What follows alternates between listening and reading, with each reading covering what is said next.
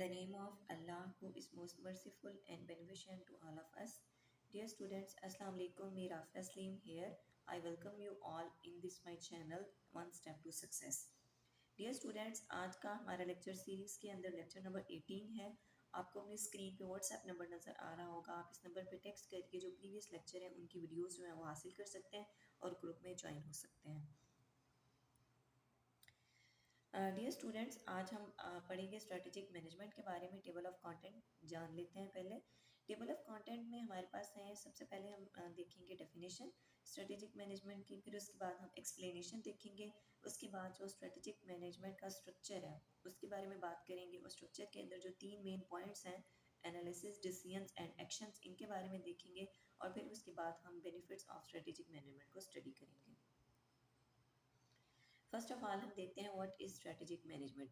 The strategic management process means defining the organization strategy, कि हमने किसी भी इदारे की या किसी भी ऑर्गेनाइजेशन की स्ट्रेटजी है उसको अगर हमने डिफाइन करना है, उसके बारे में डिटेल लेनी है, तो वो हो जाएगी हमारी strategic management. It is also defined as the process by which managers makes a choice of a set of strategies for their organization that will enable it to achieve better performance। इसको हम इस तरह से भी define कर सकते हैं कि ये वो प्रोसेस होता है कि जिसके ज़रिए से मैनेजर जो है वो अपने गोल्स को सेट करते हैं ताकि बेहतर परफॉर्मेंस को अचीव किया जा सके।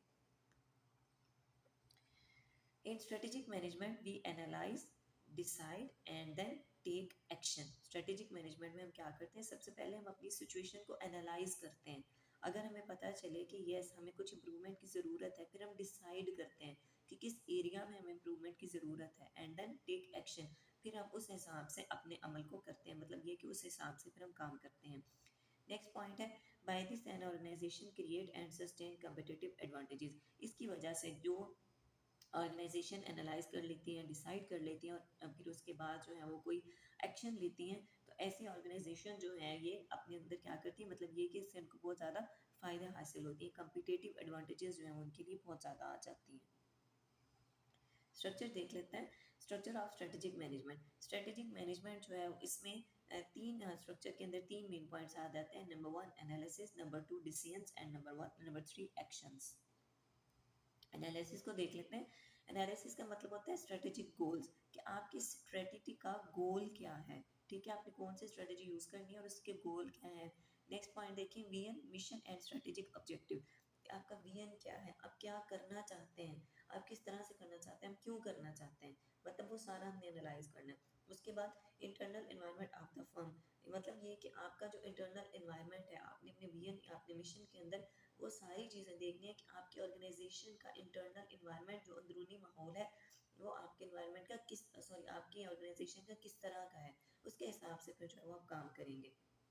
नेक्स्ट आ जाता है external environment of the firm. इसमें आ जाता है कि आपके कम्पिटेटिव कौन से हैं, आपकी ऑर्गेनाइजेशन जो है वो आप किसको कम्पीट करना चाह रहे हैं, मतलब आपका मुकाबला किससे है। अगर आप 70% पे हैं तो आप 75% पे जाना चाह रहे हैं या 80% पे जाना चाह रहे हैं, या आप उन कंपनी से मुकाबला करना चाह रहे हैं कि जो कि 90% को जो है वो कवर कर रही हैं। तो मतलब आपने अपने एक्सटर्नल इन्वायरमेंट, इंटरनल इन्वायरमेंट और विजन मिशन को देखते हुए आपने अपनी गोल्स को एनालाइज करना होता है। नेक्स्ट है डिसीजन। आपने अपने गोल्स को एनालाइज कर लिया, आपको पता चल गया, फिर आप क्या करते हैं, what industries should be compete in. इसमें ये आ जाता है कि कौन सी इंडस्ट्रीज हैं, कौन सी ऑर्गेनाइजेशंस हैं जिनको आपने पीछे छोड़ना है और आपने उनका मुकाबला करते हुए आगे जाना है, ये आपने डिसाइड करना है, ठीक है। उसके बाद how should be compete in those industries, जिनका आपने मुकाबला करना है वो तो है, लेकिन आपने किस तरह से मुकाबला करना है ये आप डिसाइड करेंगे। फिर आप क्या करेंगे, जब आपने डिसाइड कर लिया, फिर जाहिर है जब हम इरादा कर लेते हैं तो फिर हम वो काम कर लेते हैं। मतलब ये कि फिर हम क्या करेंगे, एक्शन करेंगे। एलोकेट द नेसेसरी रिसोर्सेज, हम देखेंगे कि हमें किन कामों की ज़रूरत है अपने अपने मिशन को, अपने विजन को फुलफिल करने के लिए, कंप्लीट करने के लिए। इंटरनल एक्सटर्नल एनवायरनमेंट को हम देखेंगे, उसके बाद जो हम एक्शन लेंगे। फिर लास्ट पॉइंट है design the organization to bring intended strategy to reality. फिर हम क्या करेंगे, हम अपनी अपनी ऑर्गेनाइजेशन को इस हिसाब से डिज़ाइन कर लेंगे ताकि हमने जो सोचा हुआ है उसको हम बाद में क्या कर सकें, रियल बना सकें। डियर स्टूडेंट्स, आप अगर इस चैनल पे नए हैं या आपने अभी तक इस चैनल को सब्सक्राइब नहीं किया तो मज़ीद ऐसी वीडियोस के लिए चैनल को लाजमी सब्सक्राइब करें। आगे हम बेनिफिट्स ऑफ स्ट्रेटेजिक मैनेजमेंट देख लेते हैं। सबसे पहले हमारे पास आ जाते हैं financial management. It has been shown in many studies that firms that engage in strategic management are more profitable.